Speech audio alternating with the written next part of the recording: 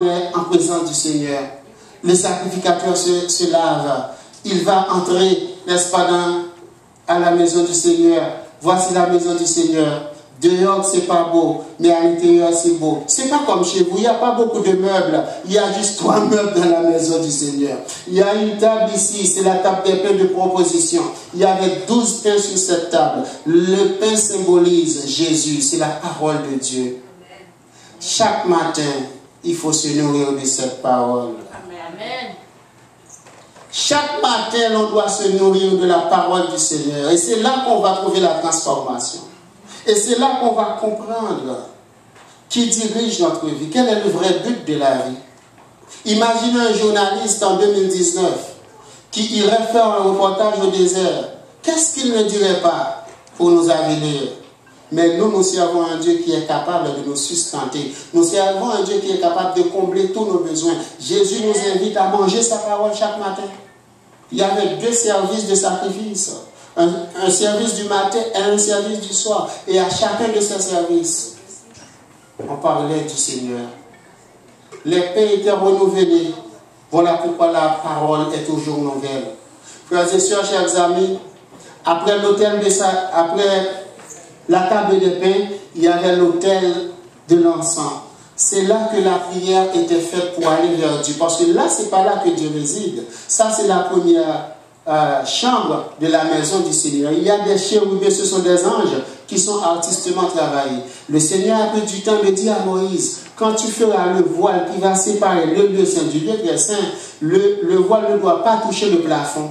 Parce que je dois entendre les cris de mes enfants lorsqu'ils crient à moi. Je dois entendre qu'ils m'appellent. Et c'est pour cela que le voile n'était pas arrivé. Ici à l'autel du parfum, le sacrificateur vient. Il asperge de sang et puis il fait brûler l'encens. Et l'encens traverse le voile pour aller vers le Seigneur. Voilà pourquoi nos prières sont entendues, frères et sœurs, chers amis. Voilà pourquoi, frères et sœurs, chers amis, quand nous parlons, Dieu entend. Il y a un Dieu qui nous entend des cieux. Autre chose intéressante à signaler, le sabbat, on ne vient pas pour demander à manger au Seigneur.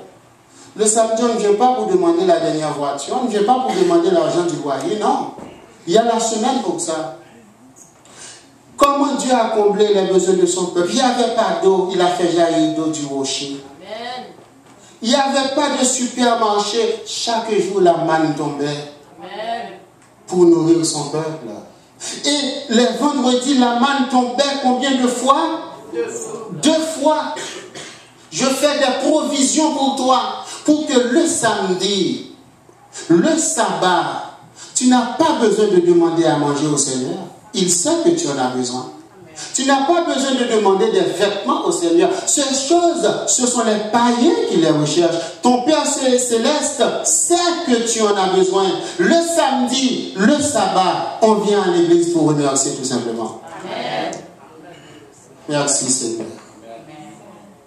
Merci Seigneur. On ne sait pas pourquoi. Moi, à chaque fois que j'ouvre ma radio et que j'entends le monsieur là, oui, il y a au niveau de Décarie un accident. Je dis merci Seigneur. Quand on entend les informations, telle catastrophe quelque part, vous avez l'habitude d'entendre ces affaires, pas vrai? Et puis vous êtes encore là, il faut dire merci au Seigneur. Si votre mari revient chaque soir, il faut dire merci au Seigneur. Si votre enfant est là derrière l'ordi, il faut dire merci au Seigneur. Amen.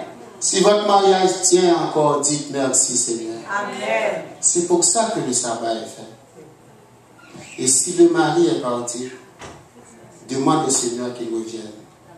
Continuez à dire merci. Merci pour le souffle de vie. Merci pour l'existence. Merci du fait que je suis encore à l'église. Je devrais être mort. Je devrais abandonner, ça fait longtemps. Je suis seul, il est vrai, mais je suis avec toi, Seigneur. Alors je ne manquerai de rien.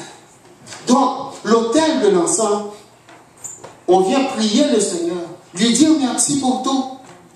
Merci pour ce qu'on ne sait pas. Parce que l'esprit de prophétie nous dit que Dieu fait beaucoup plus de choses pour nous que nous ne connaissons pas que ce que nous connaissons. C'est pas vrai? Donc il faut dire merci Seigneur pour ce que tu as fait pour moi, que je ne connais même pas. Et puis après, il y a le chandelier. À cette branche, c'est la lampe, c'est le chandelier. C'est le Saint-Esprit de Dieu qui éclaire la maison. Je sais que dans les milieux adventistes, vous avez souvent de nouvelles idées qui arrivent. Non, la lumière vient du sanctuaire. La lumière ne vient pas du dehors.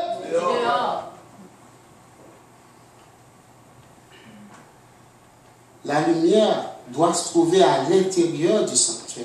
Et cette lampe brillait jour et nuit. Les sacrificateurs étaient tenus de mettre de l'huile pour que cette lampe brille toujours. C'est le Saint-Esprit qui éclaire nos pas dans nos décisions, dans ce que nous devons entreprendre. Nous avons besoin du Saint-Esprit. Quand un problème surgit, quand il faut donner un conseil, quand on ne sait plus quoi faire, quand on est perdu sur le chemin du salut, on doit se mettre à genoux pour réclamer le Saint-Esprit du Seigneur.